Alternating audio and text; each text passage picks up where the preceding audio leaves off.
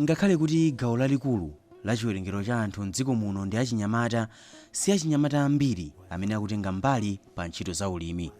Izi zili chomwechi ngakhale kuti ulimi ndi gawo lofunikira kwambiri pa chuma cha dziko la Malawi.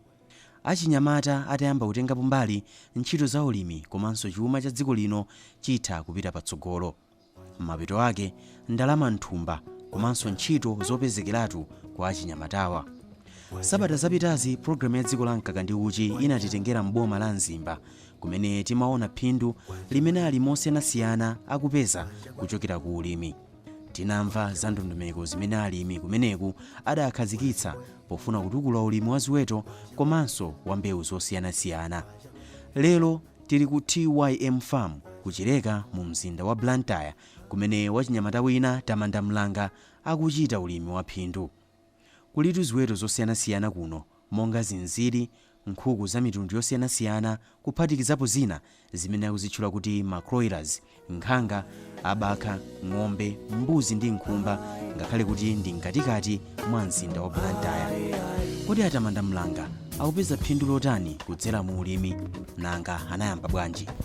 Ineyo ndine Tamanda Mlanga, ndine mwana wachiwiri mbere mwa Lee Samatoni ndi Flose Mlanga. Kunoko mwatipeza kuno ndimakutchula kuti ku TYM Farm.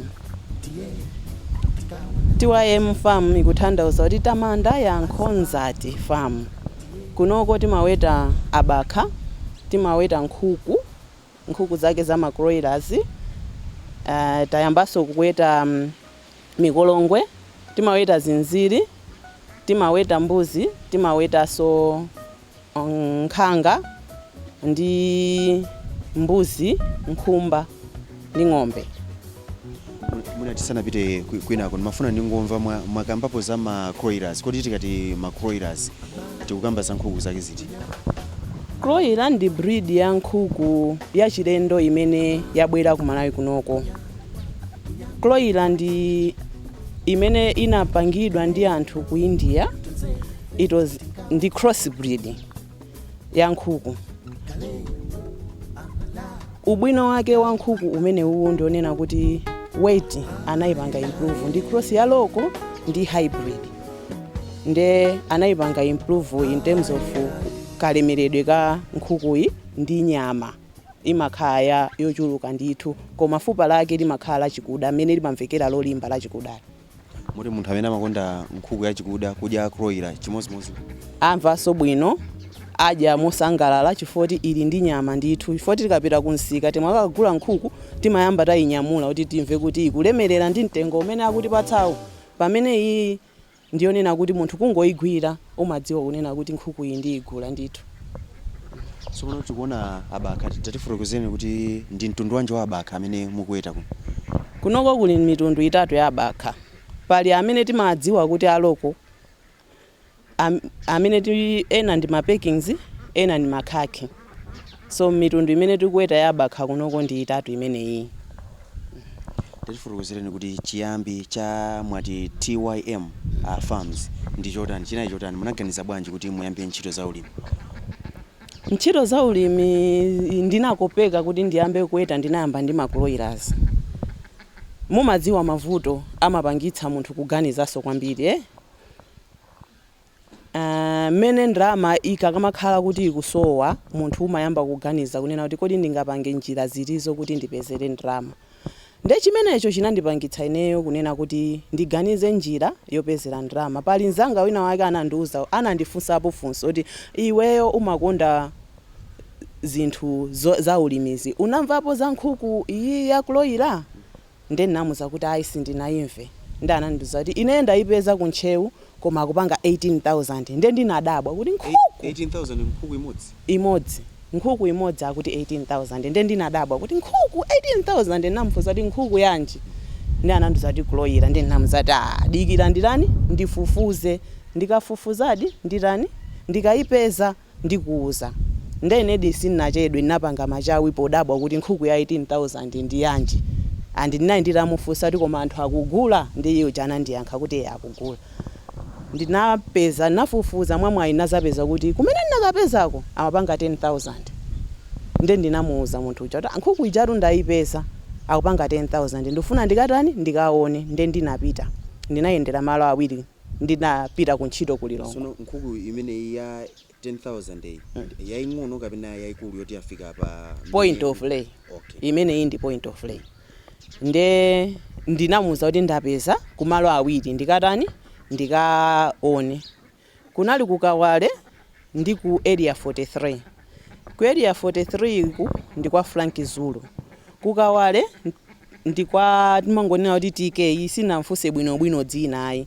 Nde kumene kuja ndinapita ndi sister wanga. Titazigwira nkhukuzi ndikuziona malemeredwe. Ine ndi sister wanga Esther Mazia tinaganiza zoti tigule zimezi zitiyambe kukuweta ndithu nkhuku zimezi sitinachedwere iya. Ndipo tinagula 10 ndi 6. Koma ndimene tinayambira tinagula ngati pamodzi. So far Pamepo pono titagula zimenezozo mu mwezi chaka chatha mu June ndi zimene zakhala tikutani tikuweta koma ine ndinaweta pandekha iyeso anaweta payekha. Chiyambi cha zimene tinagula zokwanira zosapitirira 10 kwa ineyo ndi zimene zanditengera kufika palero lokuti ineyo munthu wina ataona kunena kuti mwina tamusateni munthu uyu mumumve kuti anayamba bwanji.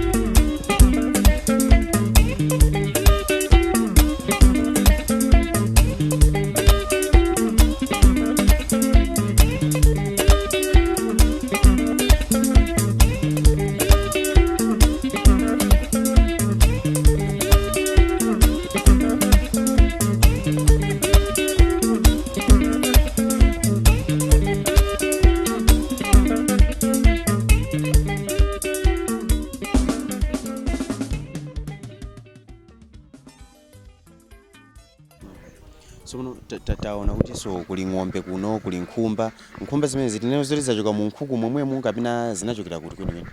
Ng'ombe ndikhoza kuvomera onena kuti zachokera mu nkhuku momwemo mbuzinso koma nkhumba ndinali ndikuweta kale. Koma abakhawa achokera mu nkhuku zinziri zachokera mu nkhuku.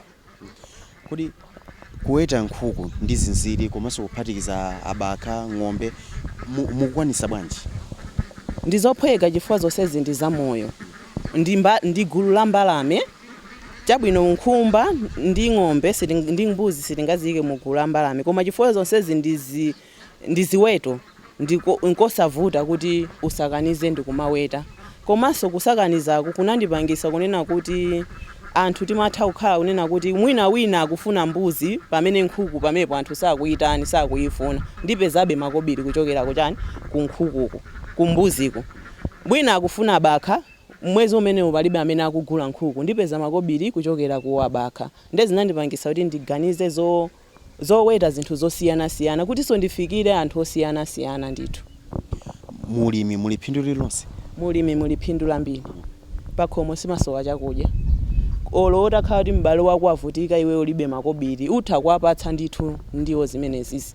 Komanso mafizi amapezeka kupyolera mu ujedi ulimi umenewu muli phindu ndithu.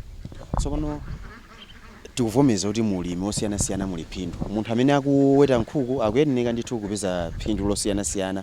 Munthu amene akuweta abakha padera akuyeneka ndithu kupeza phindu losiyanasiyana. Koma ndi phindu lanji limene inu mmalipeza chifukwa choti mukuweta ziweto zosiyanasiyana pamodzi? Mmene ndanenera kunena kuti mwezi wina anthu atha kukhala osakugula nkhuku, koma nkunena kuti munthu upezeka customer wabakha, ndekuti mwezi umenewobe wapeza phindu kuchokera ku chiweto china chake. Ziweto zako sizingakhale osadya chifukwa chonena kuti ndalama sunazipeze, ugulitsabe ziweto za mtundu wina nkupezera chakudya chapakhomo komanso chakudya cha ziweto zinazo. Nde ulimi wakasakaniza muli phindu lambiri chifukwa chonenanso kuti uthaso kugulitsa zinthu zonsezi mu nthawi imodzi. Wina afuna abakha, wina afuna zinziri, wina afuna nkhuku, afuna nkhumba, zonsezi ukazigulitsa pakamodzi zikukusonyeza kunena kuti wapeza phindu lochuluka mukamodzinso. Amlanga akuti kudzera mu ulimi akutha kupeza mosavuta zinthu zina zowathandizira pa moyo wawo zimene sakanatha kuzipeza kudzera m'malipiro apamwezi amene amalandira kuchokera ku ntchito imene amagwira. Iwo atsindika kuti ulimi uli ndi kuthekera kothetseratu mavuto akusowa kwa ntchito komanso umphawi wadzaoneni pakati pa achinyamata. Chidwi changa cha ulimi chinayamba nditaona onena kuti kodi ndi njira ziti zimene ndingapezere ndalama. Chimenecho ndi chimene chinandipangitsa kunena kuti ndiyambe ulimi. Ngakhale ndimagwira ntchito koma ndinaona kunena kuti ntchito salale yomalandira kamodzi pamwezi ndiyo sathandiza kwambiri, koma ndalama imene umatha kuipeza tsiku ndi tsiku ndi imene imatha kukutukula munthu.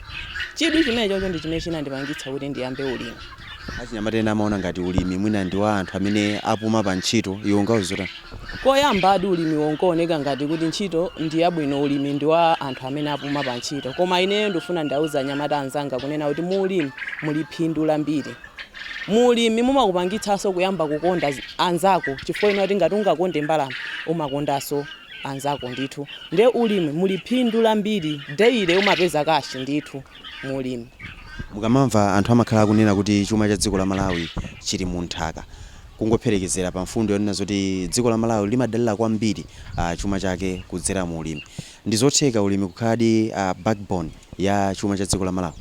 Asikizi ndifuna ndikuzeni kuti ndizotheka kuti ulimi kukhala backbone ya Malawi chifukwa munthu wina aliyense amadya. Chifukwa chokuti munthu wina aliyense amadya, ulimi ndi phindu. Sizingatheke kukhala osagulidwa chifukwa kuti ali aliyense amadya. Ife tikapanga zakudya zochuluka tipanga import kupitisa mayiko anzathu amene akadye atibweretsere ndalama kunoko ndithu.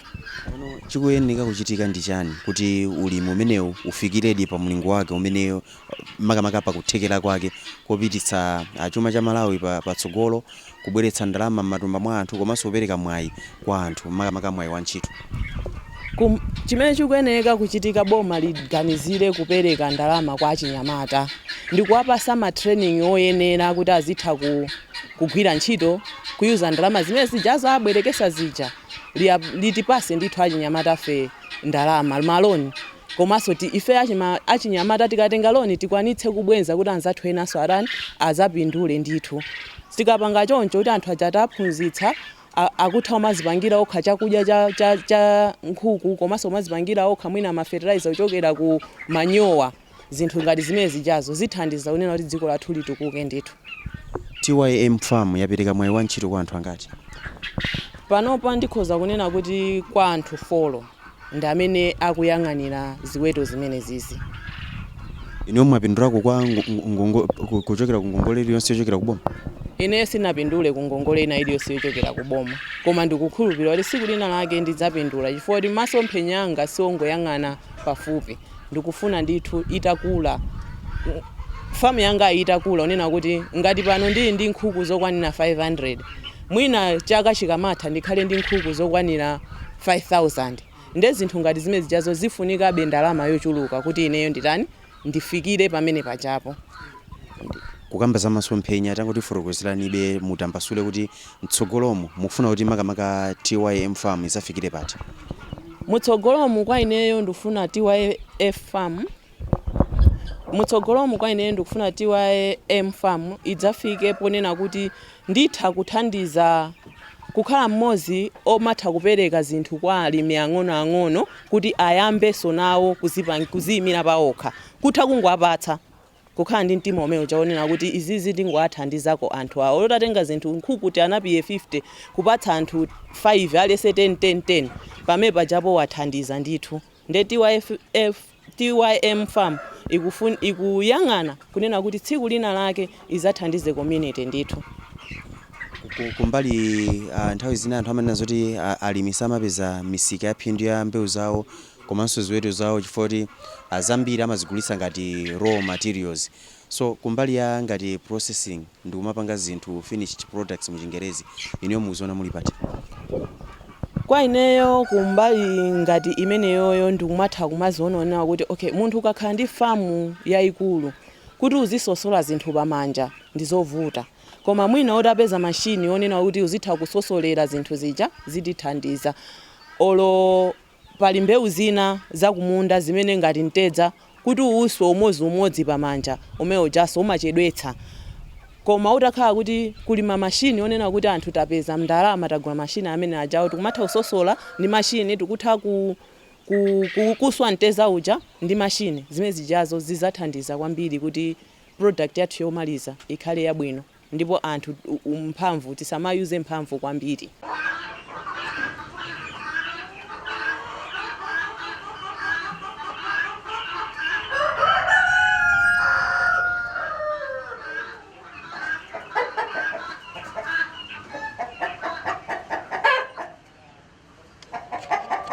Kupatula kubweretsa phindu kwa eni yake, famu imeneyi ikuperekanso mwayi wa ntchito kwa anthu ena monga a Nixon Jim komanso a Isaac Woshe.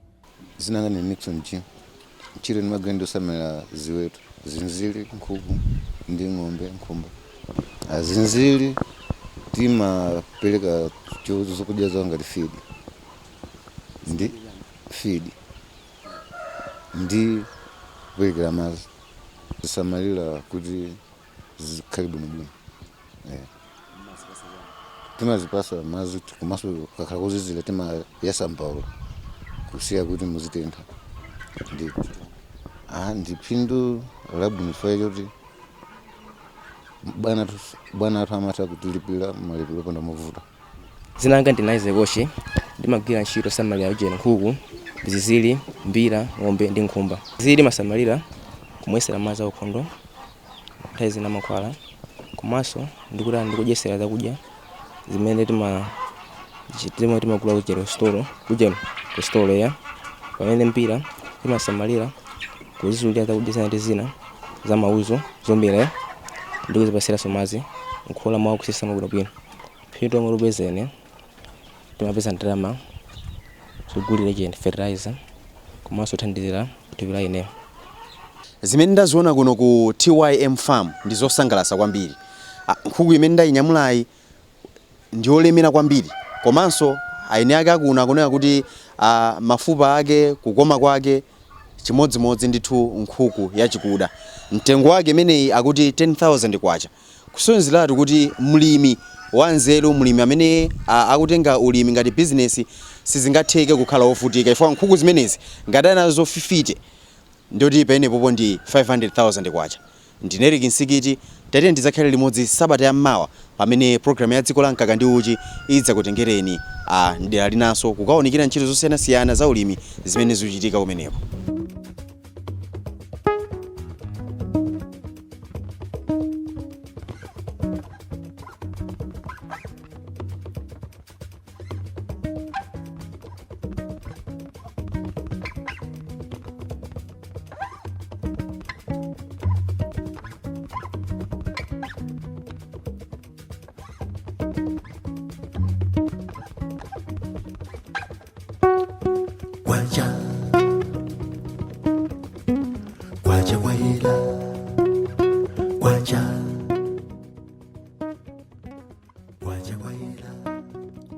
Waja waila